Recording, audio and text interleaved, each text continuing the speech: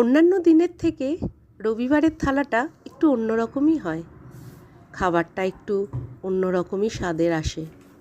প্রত্যেক দিনের শাক সবজি একটু সরিয়ে একটু অন্যরকম থালাটা।